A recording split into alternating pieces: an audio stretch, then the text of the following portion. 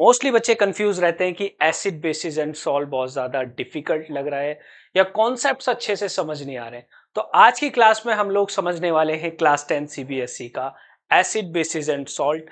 एकदम बेसिक से स्क्रैच से सारे कॉन्सेप्ट्स को अच्छे से समझने वाले हैं। तो चलिए शुरुआत करते हैं अपने चैप्टर की। तो सबसे पहले सवाल आता है कि भैया आखिर एसिड्स क्या होते हैं। चलिए वन बाय वन एक एक कॉन्सेप्ट को अच्छे से देखेंगे। अगर सिंपल भाषा में समझें तो भैया एसिड्स ऐसे सब्सटेंस होते हैं, अगर उनको टेस्ट किया जाए तो टेस्ट में कैसे होते हैं, वो खट्टे होते हैं बेटे। टेस्ट में कैसे होते हैं, सोर इन टेस्ट, टेस्ट में एकदम खट्टे होते हैं। ऐसे सब्सटेंस को कहा जाता है एसिड्स। चलिए कुछ और समझते हैं एसिड्स के बारे में काम की बातें। जैसे कि हम डेली लाइफ में अपने घर पे देख सकते हैं कुछ सब्सटेंस जिसमें एसिड प्रेजेंट होता है। सबसे पहला भाई लेमन आ गया हमारा, लेमन के बाद हमारा विनेगर आ गया, विनेगर के बाद टमाटो आ गया, इमली आ गई। ठीक है, तो ये डिफरेंट डिफरेंट टाइप्स के एसिड्स आपको बेटे घर में मिल जाएंगे जो हम लोग यूज करते हैं। अब कौन सा एसिड किस में प्रेजेंट होता है ये भी देख लेते हैं। जैसे टमाटो में देखा जाए तो बेटे ऑक्जेलिक एसिड मिलता है, इमली के अंदर टेट्रिक एसिड, सिरके के अंदर एसिटिक एसिड, ऐसे ही नींबू के अंदर बेटे सिट्रिक एसिड होता है। सभी के फॉर्मूलाज आपको नजर आ रहे होंगे और ये फॉर्मूलाज आपको कई बार एमसीक्यू बेस्ड क्वेश्चंस में ये पूछे जाएंगे। चलिए और समझते हैं काम की बात। अब हमने समझा कि एसिड्स क्या होते हैं जो टेस्ट में खट्टे होते हैं, ऐसे ही समझते हैं बेसिस क्या होते हैं। तो बेसिस टेस्ट में बच्चे कड़वे होते हैं। बिटर इन टेस्ट कैसे होते हैं, बिटर इन टेस्ट। तो यहाँ पे अलग अलग एग्जांपल है। करेला खाने से सभी परेशान रहते हैं क्योंकि टेस्ट में कड़वा होता है लेकिन हमारी सेहत के लिए बहुत अच्छा होता है। तो ऐसे सब्सटेंस जिनको टेस्ट किया जाए तो बेटे कैसे होते हैं, कड़वे होते हैं, उनको हम बेसिस कह सकते हैं। चलिए अब बात करते हैं, तीन कलर हम ऑब्वियसली देखते हैं रेड लाइट पे। कौन कौन से हैं, रेड, येलो और ग्रीन। तो हर तीन कलर जो है वो हमें इंडिकेट कर रहा है डिफरेंट डिफरेंट थिंग्स के लिए। भाई जब रेड लाइट पे सिग्नल हमें क्रॉस करना होता है तो इन तीन कलर्स को देख के करते हैं। ऐसे ही हम आइडेंटिफाई कर सकते हैं कौन सा सब्सटेंस एसिडिक है या बेसिक है on the basis of these colours. तो कलर से हमारे पास सबसे पहले आ जाते हैं इंडिकेटर्स। इंडिकेटर्स में भी बहुत ज्यादा कॉमन आता है हमारे पास लिटमस पेपर, जो आपके मोस्टली स्कूल की लेबोरेटरीज में आप लोगों ने देखा होगा। अगर उसको एसिड में डाल रहे हो तो वो डिफरेंट कलर कर रहा है अपना, बेस में डाल रहे हो तो डिफरेंट कलर कर रहा है। चलो डिटेल में समझते हैं लिटमस पेपर के बारे में। कुछ इस तरीके का आपको बेटे नजर आता है। दो तरीके के बेसिकली हम पढ़ते हैं, कौन कौन से, एक ब्लू लिटमस पेपर, एक रेड लिटमस पेपर। अब जब आप लिटमस पेपर को बेटे एसिड्स में डालोगे, ब्लू वाले को अगर आप एसिड के अंदर डालते हैं तो वो रेड लिटमस में अपने आप को कन्वर्ट कर लेता है। वहीं अगर रेड लिटमस को डाला जाए तो उसमें कोई चेंज आएगा, तो जवाब है नहीं, क्योंकि रेड तो उसका ऑलरेडी कलर है। चलिए अब आते हैं बेटे हमारे कुछ नेचुरल इंडिकेटर्स। अब समझते हैं आखिर ये लिटमस पेपर बना कैसे है। तो लिटमस पेपर एक बहुत ही खास प्लांट से आता है, दैट इज लीचेन। लीचेन के प्लांट से आता है, जो एक एल्गी, इस प्लांट को जो शेल्टर प्रोवाइड करता है वो एल्गी प्रोवाइड करता है बेटे। कुछ इस तरीके का हमारा लीचेन का प्लांट होता है, ये देख सकते हो आप। ठीक है, लीचेन क्या है, जो थैलोफाइट्स की स्पीसीज से बिलोंग करता है, ऐसे प्लांट को हम क्या कहते हैं, लीचेन। लिटमस का नेचुरल कलर देखा जाए जब हम सॉल्यूशन बनाएंगे तो उस कलर बेटे, उसका कलर होता है पर्पल, पर्पल कलर का होता है। चलिए जो जिस टेस्ट की अभी हम बात कर रहे थे एक बार लाइव करके देख लेते हैं। दो तरीके के हमारे पास डिफरेंट डिफरेंट यहाँ पे पेपर्स हैं, रेड लिटमस है और ब्लू लिटमस है।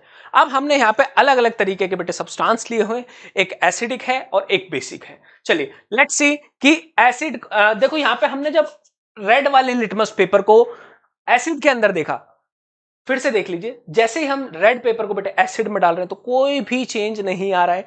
वही देखिए ब्लू लिटमस को जैसे ही मैंने एसिड के अंदर डिप किया तो क्या हुआ, इसने अपना कलर चेंज कर लिया और अपना कलर रेड कर लिया।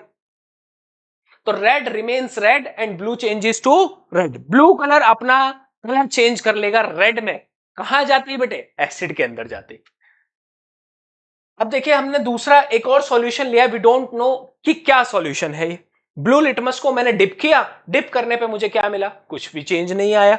अब वहीं देखिए रेड कलर को डिप करते ही वो अपने आप को किस में चेंज कर रहा है बेटे, ब्लू में चेंज कर रहा है। रेड वाले को जैसे ही मैंने डिप किया उसने अपने आप को ब्लू चेंज कर लिया। तो हम यहां से पता लगा सकते हैं ये जो सॉल्यूशन है मेरा कौन सा है, बेसिक सॉल्यूशन।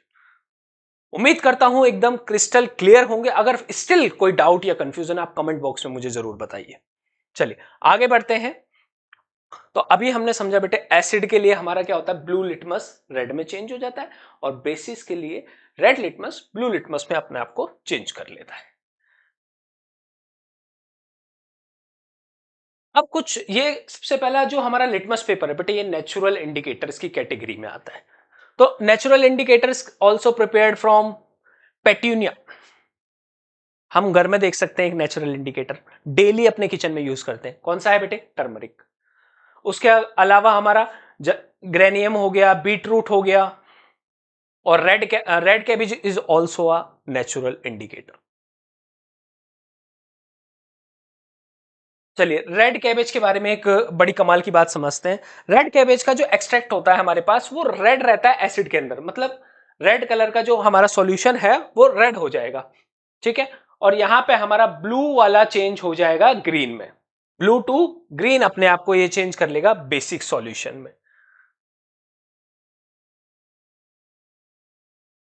ये देख लीजिए बेटे फ्लावर ऑफ हाइड्रेनिया। हाइड्रेनिया का प्लांट क्या करता है बेटे, ये basically blue in acid which is turns to pink. Acid में कैसा हो गया बेटे, ब्लू हो गया और अपने आप को कन्वर्ट किस में कर लिया इसने, पिंक में कर लिया बेस की प्रेजेंस में। अगर इसको मैंने एसिड में डाला तो कैसा हुआ, ब्लू, और बेस में डालते बेटे अपने आप को इसने पिंक कलर में चेंज कर लिया। चलिए many times we have notice, बहुत सारी बार हमने नोटिस किया होगा अगर गलती से हल्दी हमारे खाने खाते, जब हम खाना खा रहे हैं उस टाइम पे कुछ सब्जी हमारे राइस गिर गए शर्ट पे, व्हाइट कलर की शर्ट पे, तो उसको धोने के बाद वो ब्राउन कलर का स्टेन छोड़ देता है, ब्राउन कलर का रेडिश ब्राउन हो जाता है बेसिकली, ठीक है। तो ऐसा क्यों हुआ, जो हमने इंडिकेटर यूज किया वो कैसा था, नेचुरल इंडिकेटर, उस पर हमने बेस लगा दिया। जो सोप होते हैं उसका नेचर बेटे सोपी वाला कैसा होता है, बेसिक नेचर होता है, ठीक है। बेस से रिएक्ट करते ही उसने क्या किया, अपना कलर चेंज कर लिया। आप समझते हैं बेटे सिंथेटिक और ऑल फैक्ट्री इंडिकेटर्स के बारे में। सिंथेटिक नाम से ही पता लगा सकते हैं कुछ आर्टिफिशियल इंडिकेटर्स हैं, आर्टिफिशियली हम उसको केमिकल की हेल्प से प्रिपेयर कर रहे हैं, ठीक है। तो अब यहां पे देखो हमने दो तरीके के फिर से अलग अलग बीकर लिए हैं, हमें नहीं पता इन बीकर्स के अंदर बेटे क्या है।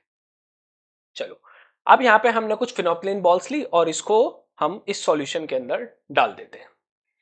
ये देखिए मैंने इस कलर में डाल दिया और इसको मैंने अच्छे से मिक्स कर लिया। तो देखा मैंने यहाँ पे तो कोई चेंज नहीं हो रहा, यहाँ पे कोई भी चेंज नहीं हुआ। अब ऐसे ही दूसरे सॉल्यूशन में ले लेते हैं बेटे। यहाँ पे देखो इसको डाल दिया मैंने, इसको अच्छे से मिक्स किया, मिक्स करने पे इसने अपने आप को क्या चेंज किया, कलरलेस से बेटे ये पिंक में आ गया, कलरलेस टू पिंक आ गया, ठीक है। तो एक बहुत ही कमाल की बात हमने समझी कि भैया एसिड के अंदर नो चेंज, एसिड के अंदर नो चेंज, वहीं बेस में जाते ही इसने कलरलेस टू पिंक अपने आप को कन्वर्ट कर लिया, ठीक है। तो इस तरीके से आपको क्वेश्चन भी देखने को मिल सकता है एमसीक्यू फॉर्म में। तो एसिड्स के अंदर आप क्या लिखेंगे, नो चेंज, कोई भी चेंज नहीं आया। बेसिस में क्या करेगा, अपने आप को पिंक कलर में ये चेंज कर लेगा। कुछ केमिकल सब्सटेंस जैसे फिनोप्थिलीन हो गया, मिथाइल ऑरेंज हो गया, या फिर वनीला एसेंस हो गया, ठीक है। ये एक टेबल है बेटे जिसमें हमने डिफरेंट डिफरेंट टाइप के एसिड्स और बेसिस लिए हैं और देखा है कि वो फिनोप्थिलीन के सॉल्यूशन और मिथाइल ऑरेंज में जाके किस तरीके के चेंजेस ला सकते हैं। तो यहां पे आप इसका स्क्रीनशॉट ले सकते हैं ताकि आपको इजीली एग्जाम में लर्न रहे।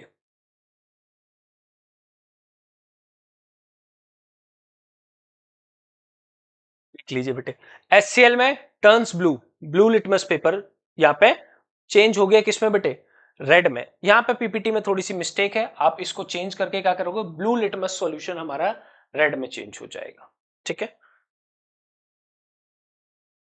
अनियन के बारे में कमाल की बात सुनते हैं। अब हमारे पास फिर से दो सॉल्यूशंस हैं बेटे, एक एसिडिक है एक बेसिक है। अब अनियन स्लाइसेस ली हमने, दोनों में डाल दी। आपको पता है कि अनियन की कितनी खतरनाक स्मेल आती है, उसकी फ्रेग्रेंस कितनी बेकार, खुशबू कह लो, कुछ लोग उसे खुशबू कहेंगे, बदबू कहेंगे, वो डिपेंड्स ऑन यू। अब उस स्मेल को भगाने का तरीका बताता हूं। पहले मैं सॉल्यूशन में मैंने जैसे ही अनियन को डिप किया, ठीक है, दोनों सॉल्यूशन में डिप कर दिया। यहां पे क्या है, अनियन की स्मेल चली गई, लेकिन इस वाले सॉल्यूशन के अंदर अनियन की स्मेल नहीं गई, जैसी थी वैसी रही। तो यहीं से हमने पता लगा ये जो सॉल्यूशन है बेटे, ये कैसा सॉल्यूशन है मेरा, एसिडिक सॉल्यूशन है। एसिड के अंदर अनियन की स्मेल टाटा बाय बाय नहीं करेगी, लेकिन बेसिस में डालते ही उसको स्मेल टाटा बाय बाय कर देगी, चली जाएगी बेटे। ठीक है, ये वाला फर्स्ट हमारा एसिड है और सेकंड वाला बेस है। एसिड के अंदर smell of onion remain same, कोई भी चेंज नहीं आने वाला, लेकिन बेस में डालते उसकी स्मेल टाटा बाय बाय करके चली गई। आप समझते हैं बेटे, ये अनियन या ऐसा कोई भी सब्सटेंस जिसकी आप फ्रेगनेंस से पता लगा रहे हो, स्मेल से पता लगा रहे हो, तो ऐसे इंडिकेटर्स को बेटे कहा जाता है ऑल फैक्ट्री इंडिकेटर्स, जो स्मेल पे वर्क कर रहे हैं। किस पे वर्क कर रहे हैं, स्मेल पे वर्क कर रहे हैं। ऐसे इंडिकेटर्स को कहा जाता है ऑल फैक्ट्री इंडिकेटर्स। उम्मीद करता हूं सभी को एकदम क्रिस्टल क्लियर होंगे कॉन्सेप्ट। स्टिल कोई डाउट है आप कमेंट बॉक्स में मुझे जरूर बताइए, ताकि उसको हम आपको क्लियर कर सके।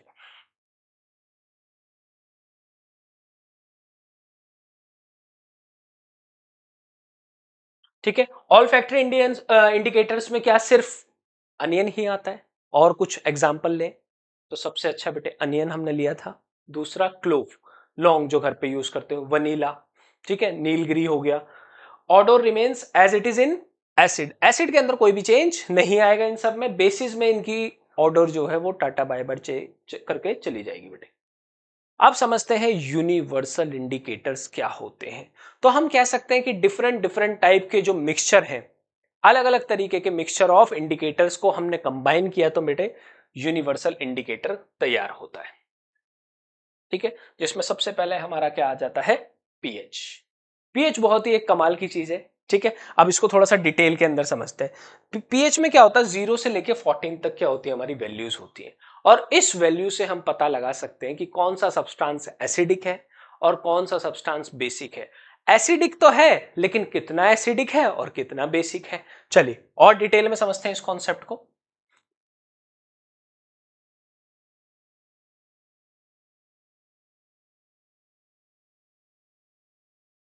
सपोज कीजिए एक 7 है मेरे पास नंबर, तो 7 पे कैसा रहेगा, अगर कोई सब्सटेंस की मेरे को पीएच वैल्यू 7 दे रखी है तो मैं बता सकता हूं वो नेचुरल है। कैसा है, नेचुरल, या फिर न्यूट्रल है। कैसा है बेटे, न्यूट्रल है। वहीं अगर मैंने किसी सब्सटेंस को एसिड में डाल दिया, या फिर कोई एसिडिक सब्सटेंस है, तो हम उसकी वैल्यू क्या होगी, ऑब्वियसली 7 से नीचे होगी, लेकिन 0 से बड़ी होगी। वहीं बेसिस को पता लगाने का क्या तरीका है बेटे, वो 7 से ज्यादा, अगर 7.2 भी है तो हम कहेंगे कि वो सब्सटेंस बेटे बेसिक है।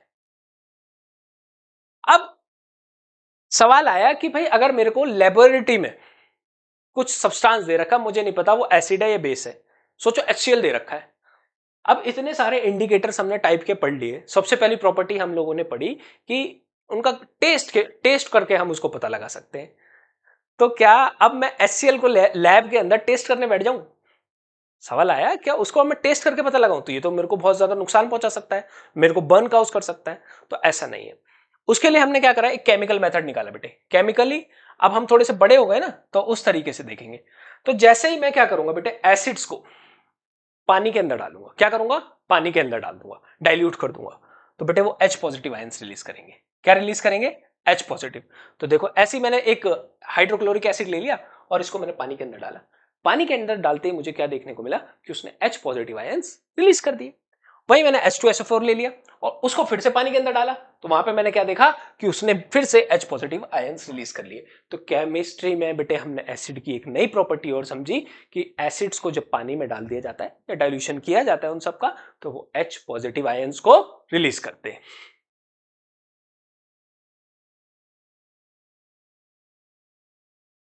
Substance which dissolve in water gives H positive ions called acid. एक नई डेफिनेशन, एक नई प्रॉपर्टी हमें देखने को मिल गई। चलिए, अच्छा मोस्टली बच्चों ने स्कूल्स में पढ़ लिया होगा ये चैप्टर। चलिए आप कमेंट बॉक्स में बताइए बेसिस के साथ क्या होगा। एसिड को पानी में डालने पे H पॉजिटिव आयंस मिल रहे हैं, व्हाट अबाउट बेसिस, अगर मैं बेसिस को पानी में डालूंगा तो क्या होगा, कमेंट बॉक्स में बताइए, आई एम वेटिंग। चलो मोस्टली बच्चों ने बता दिया होगा।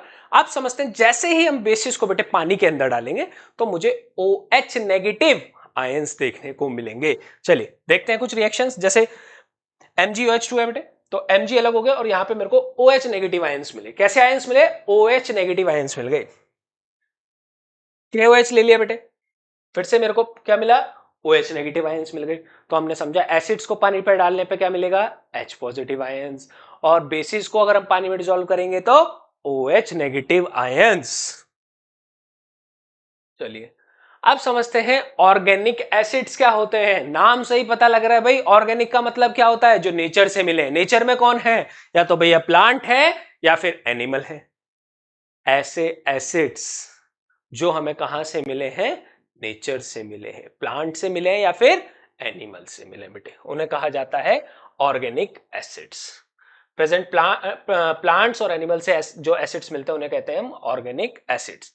तो भाई मैंगो के अंदर भी एसिड होता है ना? इमली के अंदर अभी अभी हमने पढ़ा। ऑरेंजिस के अंदर एसिड होता है, ग्रेप्स के अंदर एसिड होता है ना? नींबू के अंदर पढ़ा हमने। तो डिफरेंट डिफरेंट ऐसी चीजें जो प्लांट से हमें फ्रूट्स या फिर वेजिटेबल्स मिल रही है, उन सब में बेटे कहीं ना कहीं खट्टे सब्सटेंस होते हैं और उन सभी में एसिड्स प्रेजेंट हैं। तो हम उसे क्या कह सकते हैं बेटे? ऑर्गेनिक एसिड्स कह सकते हैं। अब अगला समझते हैं बेटे मिनरल एसिड्स क्या होते हैं। मिनरल एसिड्स होते हैं जो अर्थ क्रस्ट से मिल रहे हैं। कहां से मिल रहे हैं? हमें अर्थ क्रस्ट से मिल रहे हैं। ऐसे एसिड्स को कहा जाता है मिनरल एसिड्स।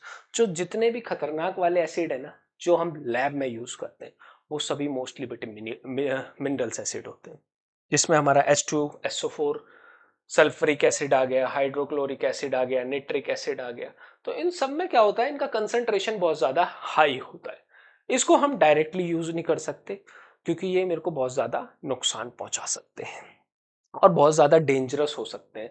तो जब मैं लैब में भी इन्हें यूज कर रहा हूं ना, तो इनको डाइल्यूट करके यूज करते हैं ताकि ये हमें नुकसान ना पहुंचा सके। ठीक है, और डाइल्यूट करने पे इसको हम डाइल्यूट एसिड कह देते हैं। एक बात बहुत ही इंपॉर्टेंट है जो आप लोगों को याद रखनी है, अदरवाइज गलती होते ही एक दुर्घटना घट सकती है। Always add acid into water. पानी के अंदर हमेशा हम एसिड को डालेंगे, कभी भी वाटर इनटू एसिड नहीं डालेंगे। ठीक है, काम की बात है।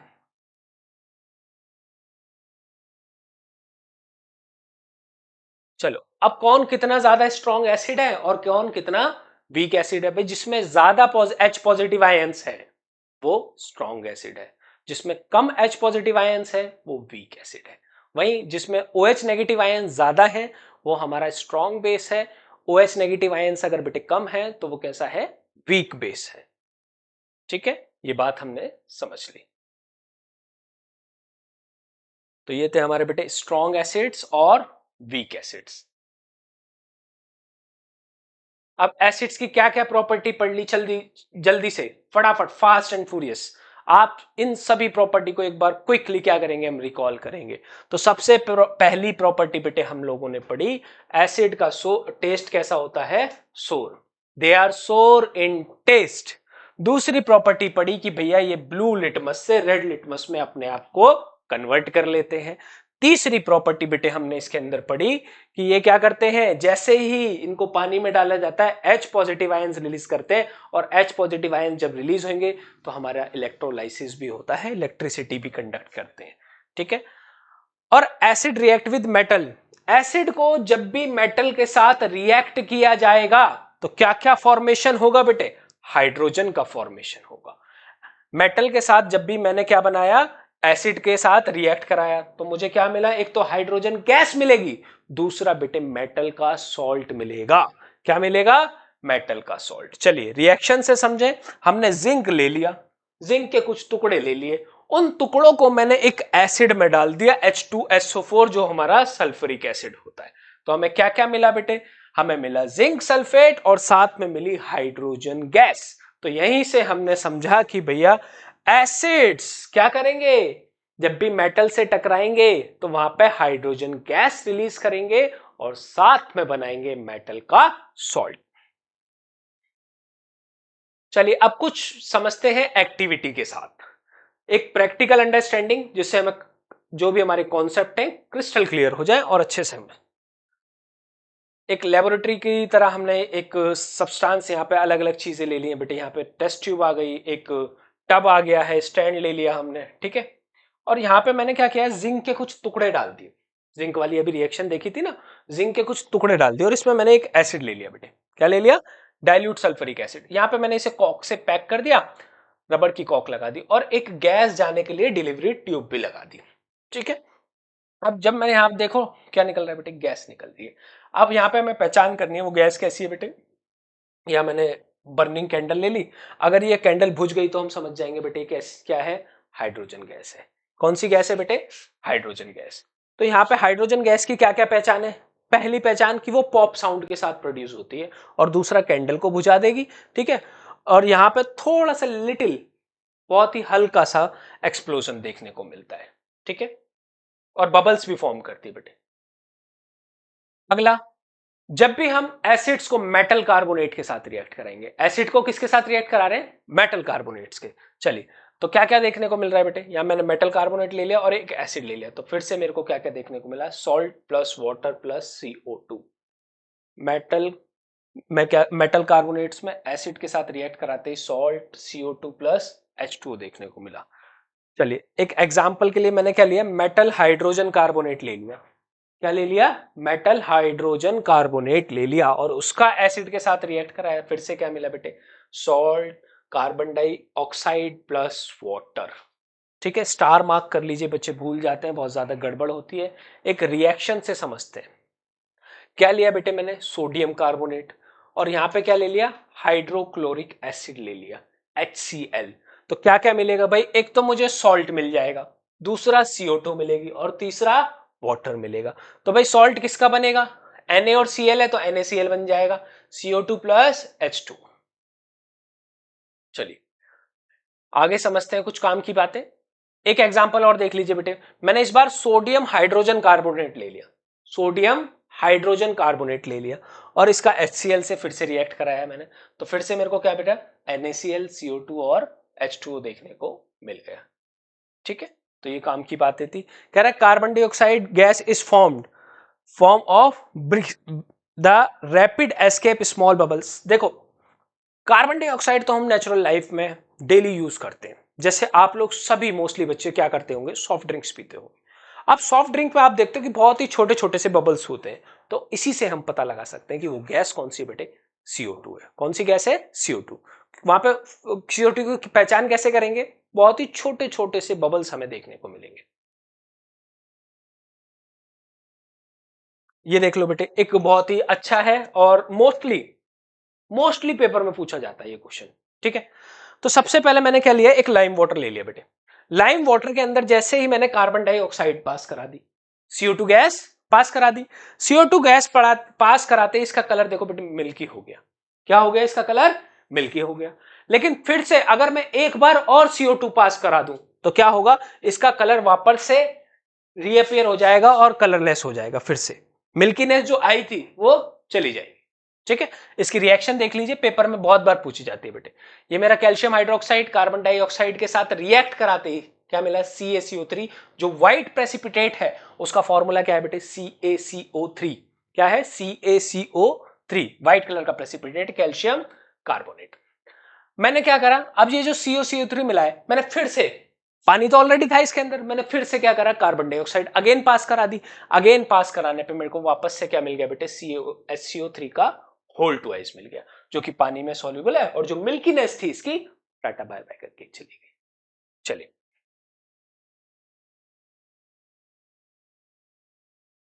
अब समझते हैं, एसिड जब भी बेस के साथ रिएक्ट करेगा, एसिड जब भी बेस के साथ रिएक्ट करेगा तो क्या बनाएगा, सॉल्ट प्लस वाटर। क्या बनाएगा, सॉल्ट प्लस वाटर। इसी को हम कहते हैं बेटे न्यूट्रलाइजेशन रिएक्शन। क्या कहा जाता है, न्यूट्रलाइजेशन रिएक्शन। एक मैंने एसिड लिया और एक बेस लिया बेटे, HCl मेरा क्या हो गया, एसिड। अच्छा, यहां पे मुझे पहचान करनी कि भाई कौन एसिड है और कौन बेस है, तो यहां पे देख लो कौन है बेटे, हाइड्रोजन। OH वाला क्या है, बेस। सॉल्ट मिल गया प्लस वाटर मिल गया और इस रिएक्शन का नाम होता है क्या, न्यूट्रलाइजेशन रिएक्शन। अगला कह रहा है acid react with metal oxide. Acid जब भी मेटल ऑक्साइड के साथ रिएक्ट करेगा तो क्या बनाएगा, सॉल्ट प्लस वाटर। लेकिन भैया अभी तो हमने पढ़ा है क्या कि एसिड और बेस मिलके सॉल्ट प्लस वाटर बना रहे हैं, तो ये मेटल ऑक्साइड के साथ क्यों बना रहा है, क्योंकि मेटल ऑक्साइड का नेचर होता है बेसिक, इसीलिए ये एसिड के साथ रिएक्ट करते बेटे सॉल्ट प्लस वाटर बनाएगा। सॉल्ट प्लस वाटर, पेपर में क्वेश्चन आएगा इसका कि मेटल ऑक्साइड बेस की तरह बिहेव क्यों कर रहा है, क्योंकि उसका नेचर कैसा है बेटे, बेसिक नेचर है। ठीक है, एनसीईआरटी में भी गिवन है ये क्वेश्चन।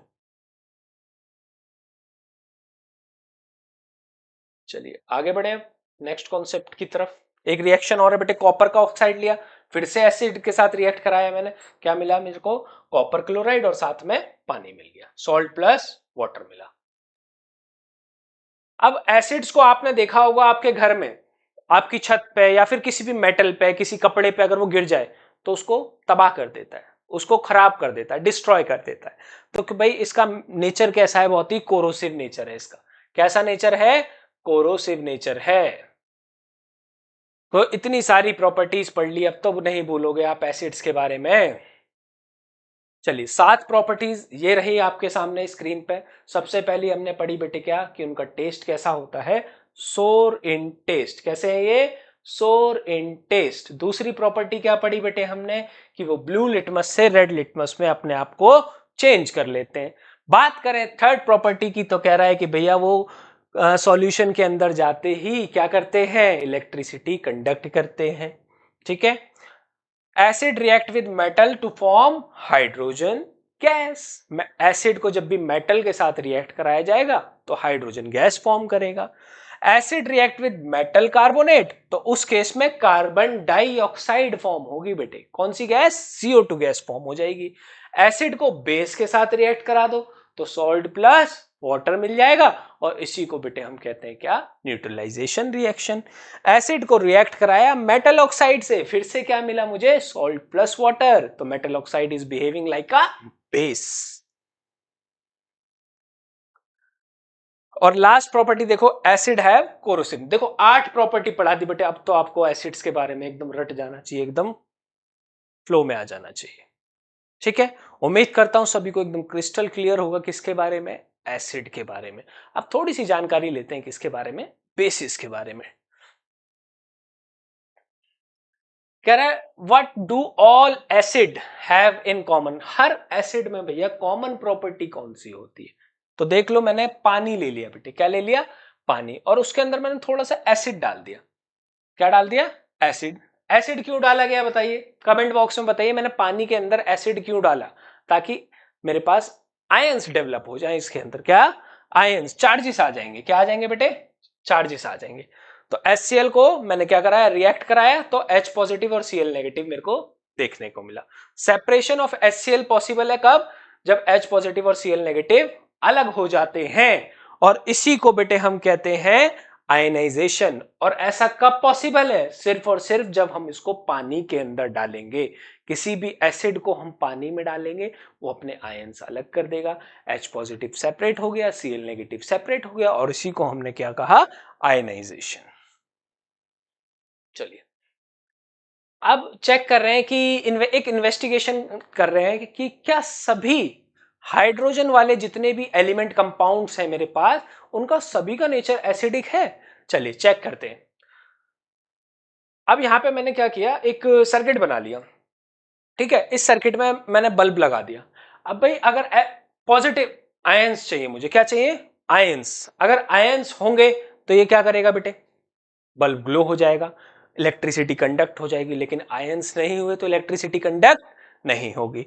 तो चलो दोनों केसेस में देखते हैं। फर्स्ट केस में मैं देख रहा हूं, मैंने क्या लिया है, बैटरी कनेक्ट कर रखी है, और यहां पे मैंने डाइल्यूट HCl डाल दिया। क्या डाला बेटे, HCl डाल दिया। अब HCl डालने पे मैंने देखा भाई सर्किट मेरा वर्क कर रहा है, और यहां पे बल्ब हमारा चल गया। बल्ब कैसा, ग्लो हो गया। लेकिन दूसरे वाले सॉल्यूशन में भाई ग्लूकोज ले लिया, ग्लूकोज में भी तो हाइड्रोजन के एटम होते हैं, एलिमेंट्स होता है ना। ठीक है, अब वहीं पे देखो कि भाई ग्लूकोज डालने के बाद ग्लूकोज सॉल्यूशन में हमने क्या देखा कि बल्ब ग्लो नहीं कर रहा। तो हर हाइड्रोजन वाले कंपाउंड्स के अंदर एसिडिक प्रॉपर्टी नहीं पाई जाती। ठीक है, ये इन्वेस्टिगेशन हमने यहां पे ऑब्जर्व करी। From this experiment, we conclude that hydrogen containing compounds such as glucose and alcohol are not acid because they do not dissociate water to produce H positive ions. वो पानी इस सॉल्यूशन के अंदर जाकर H पॉजिटिव आयंस नहीं बना रहे, तो इन सॉल्यूशंस के अंदर बेटे एसिडिक प्रॉपर्टी नहीं होती है।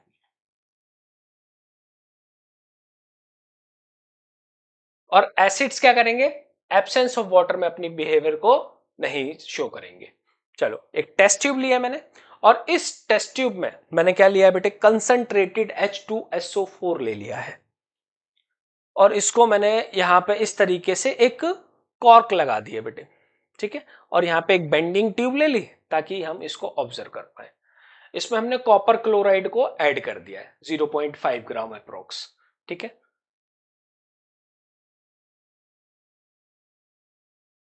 चलो बेटे समझो यहां पे। अब यहां पे देखो एक गैस तो निकल रही है। क्या निकल रही है? गैसियस फॉर्म में आ रहा है। कौन? HCl। HCl कैसी फॉर्म में आ रहा है? गैसियस फॉर्म में आ रहा है, इस बार लिक्विड फॉर्म में नहीं है। क्या लिक्विड फॉर्म में? तो हमें पता है कि HCl बहुत ही ज्यादा खतरनाक है, हमें नुकसान पहुंचा सकता है। क्या गैसियस फॉर्म में पहुंचाएगा? चलो चेक कर लेते हैं एक बार। यहाँ पे मैंने यहाँ पे देख लो क्या लिया है बेटे, एक ब्लू लिटमस पेपर ले लिया, और मैं यहाँ पे इसको ऑब्जर्व कर रहा हूँ गैसियस फॉर्म में ये अपना कलर बदलता है या नहीं। तो इसमें कोई भी चेंज देखने को नहीं मिला इन दी गैसियस फॉर्म। तो यहाँ पे इसका हमने क्या पता लगाया कि जब भी हम एसिड को पानी में डालेंगे तभी वो क्या करेगा? अपना एसिडिक बिहेवियर शो करेगा। गैसियस फॉर्म में वो अपना बिहेवियर शो नहीं कर रहा है, ठीक है। और वहीं मैंने एक गीला लिटमस पेपर ले लिया। अभी मैंने इससे पहले कैसा लिया था बेटे? सूखा लिटमस पेपर लिया था जिसमें कोई भी पानी नहीं था। मैंने उसके बाद पानी में डिप कर लिया इस लिटमस पेपर को, फिर से टेस्ट किया। इसने अपना रंग दिखा दिया। क्यों? क्योंकि वहां पे हमारा पानी आ गया, H2 मौजूद हो गया।